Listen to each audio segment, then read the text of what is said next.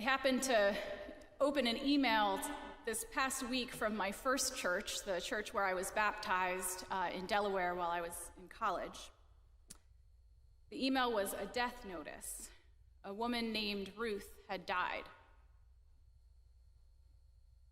The name struck something in me, and a memory surfaced. It was Lent. I was a senior in college. I had applied to a few grad schools to study English. In the case that I might become a professor, it was something that I had single-mindedly pursued throughout those years as my only option. Only now the applications were out, and I was having doubts. Meanwhile, there was this guy in my life. He had moved to New York City, and he gently asked me to consider if maybe there were possibilities there. I resisted the idea of moving somewhere for a guy. I was a feminist, after all, but I was also scared. What if it didn't work out? What if I was giving up a dream that I'd worked hard for?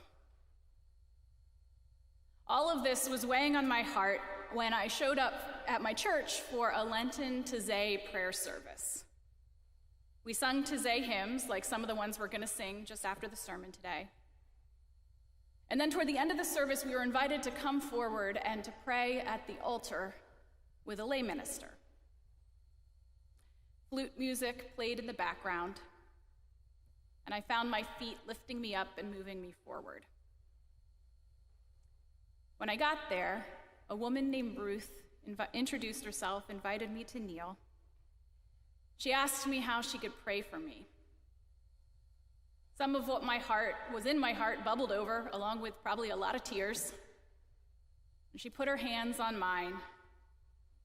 I don't remember a word that she prayed, but I remember this clear sense of standing up and walking back to my pew and then walking out of the church and feeling undoubtedly lighter and clearer and freer.